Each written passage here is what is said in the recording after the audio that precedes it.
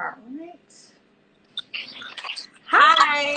How are you? I'm well, thank you. How are you doing? Good. I am great. Glad for you to be able to hop on the live with me for a few minutes. You are our first to kick off this series, so we are excited. Thank you. So why don't you start by telling everybody, introducing yourself, telling everyone a little bit about you, and then also introducing your business. Yeah, sure. My name is Christine Vineyard, and my Instagram Lid Flutters is kind of my business name, what I post under. I am a middle school art teacher and at McKinley Middle School here in DC. And then I also teach art classes at the Hill Center. I teach adult drawing, painting, printmaking classes, and then I make and sell art on my own. So that's kind of my background. And I live in DC. I live on Capitol Hill, so I'm local. Perfect. Thanks, Christine, for joining us. So you have been doing a lot lately during this pandemic, and we've been seeing so much of your beautiful illustrations and different things. Why don't you tell us about your newest initiative and kind of what you have been doing during this time? Yeah, sure. So like I said, I'm a teacher. So I guess around March, mid-March is when school was kind of closed, and then obviously we haven't resumed. So that's when I decided that I kind of needed to redirect my art and have it be more purposeful, and not just something I was doing just for me or for money, but I just kind of felt like I needed to do something, and that's what I can do. That's my creativity is what I can offer. So I started illustrating local businesses, restaurants, and bars that had been impacted by this pandemic and needed support. Originally, I just kind of started posting and tagging them and saying things like, hey, they're still open for takeout, or, stuff like that. And it kind of started to get attention, and people started watching for it, asking, was I going to post this next or whatever? So I got maybe 15 or 20, and it was like becoming a thing and gaining momentum. So then I decided I should do something with it. And I decided to donate the profits to DC Central Kitchen. I chose that organization because my students I teach at a Title I school, so my students are food insecure, and they access places like DC Central Kitchen.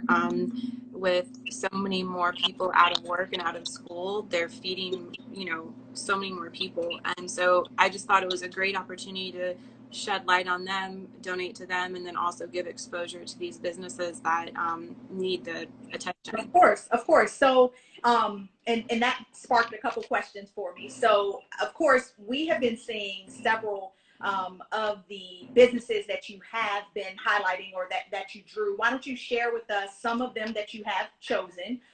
If all of them have been food-based, or just kind of what was the push behind that? And then share with us to date how great, how much you have been able to collect to donate, and then kind of where you want this to go. So why don't we start with sharing some of the businesses that you have already featured and highlighted? Okay, well, I'm up to, I think, 85. Okay.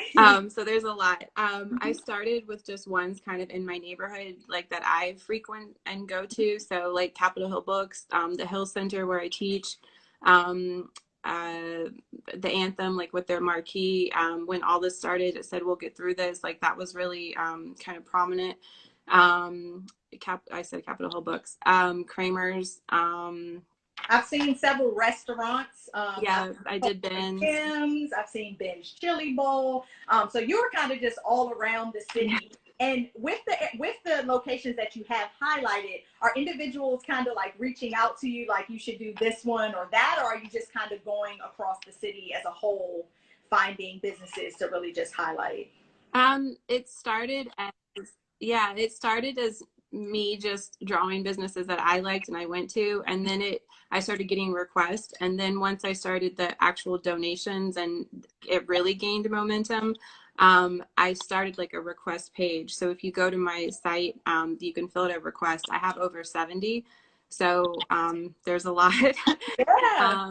And I'm giving priority to any businesses that make a request over an individual, just because, again, part of the point is that they're being seen. Right. They're being so, right. Yeah. Okay.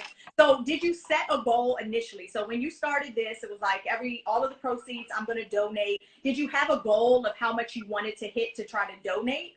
Or do you have an end when you're going to stop? Or is this something you're just going to continue to do and to support, and individuals can buy all of the paintings, right? They can go on your website to purchase? So it's not everything on my site. It's what's Okay. in the local collection. So like I said, I believe there's 85, 86, something like that you can pick from. And then I'm adding more every week. So I did not have a goal.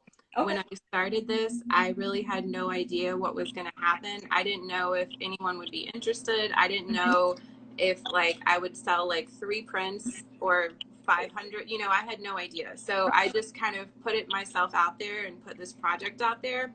And then once it gained momentum and like I was getting donations like a lot, that's when I realized like, okay, now I can like set a goal because this is like a thing. So I guess when I got to like maybe 1,500, I believe it was Edible DC was also doing a donation project for DC Central Kitchen along the same time as me, and they had donated 2,500 and it was 900 meals. So I kind of got that number in my head. So when I got to 1,500, I was like, okay, well, let me just set my goal at 2,500. And I have since surpassed that, and I'm like $300 away from donating $5,000. That is amazing. Amazing. And honestly, with no true end in sight, right? Like this continue. People can still continue to make their donations to support this if they want, correct? Yeah. So once I hit 5,000, I'm hopefully gonna pause it temporarily and go home and visit my family in Atlanta. And then when I come back, I'll resume. And if it doesn't work to go home, I won't pause it. But yeah, I thought that would be kind of a good like pause the 5,000. And yeah. No, that is amazing. I mean, especially for something initially you didn't even think that you would get the momentum behind this as much as you had, and the illustrations are amazing. I mean, we're seeing them, and of course, we're posting a lot of them within our stories and really just trying to share, because I know in addition to highlighting those businesses, you've also been highlighting and doing some illustrations of what is going on now to support the Black Lives Matter initiative and different things like that as well. And I would assume that those are also paintings that people can potentially be able to access on the website as well. Before we go any further, though, I know that there are some questions that people have asked, so I want to make sure we can answer those. The first one came up, are you currently offering your art classes virtually? So I have a class on Skillshare online that is like just a recorded video on printmaking, and I'm working on getting some other ones up. So you can access that. Go to Skillshare and just search my name, Christine Vineyard. I am doing a Monday class. So normally I teach Monday, Tuesday, and Saturdays at the Hill Center. So I'm still doing one of the Monday classes online, but it's like a closed group. We haven't like moved fully to online classes. Okay. So that's not really, I guess. Are you thinking about moving potentially in that direction and offering some more classes? With like these new phases with the Hill Center thinks that they're going to be able to reopen with phase 2. So if that happens and we're able to be back in that space, then probably not. But if that doesn't happen, then we'll look probably more into online. Okay. Another question popped up, and I think we already addressed it, but it was how can individuals provide suggestions? But you said that is an option on your website. Yeah, so you can go to my site and to the About Me page and scroll down to the question. I do have, like I said, over 70, and any business that requests gets pushed first. So I do want to be transparent that just because you make a request doesn't mean it'll show up like tomorrow. Well, but that's good though, right? Because we are sharing that if there are other local businesses that do want a shout out and definitely to see their business illustrated so beautifully, to send you a request as well. Yes, definitely. Let me see. So, Christine, again, we appreciate everything that you're doing. Thank you. Which is why we reached out to include you in this series, our Made in DC Love series. So before we wrap up, I want you to do two things for me. First, Okay. definitely, and I think we've shared it before, but just want to make sure everyone knows how to follow you on all the social media platforms, as well as your website again. And then I would like you, if you want to, share some love for another DC-based brand or a Made in DC business, to also share their love and have other folks to definitely reach out to them and check out all of the great things that they are doing currently to support the local community. Yeah. So I also am actually running a second donation project that I just started. There's the Black Lives Matter mural. I did an illustration and I'm selling that, and the proceeds are going to Black Lives Matter. I'm only doing that one print right now, and it's just the month of June because, like I said, I do want to try to go home. But when I come back, then I'll open that up more.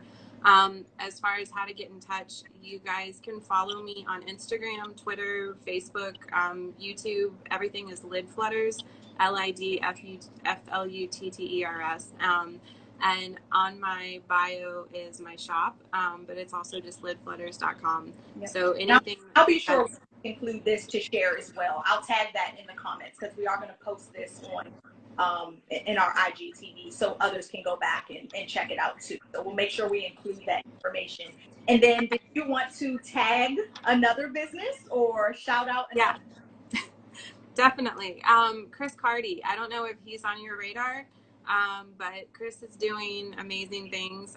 He is a designer here in DC, focused like mostly in Northeast DC, Capitol Hill, kind of where I live.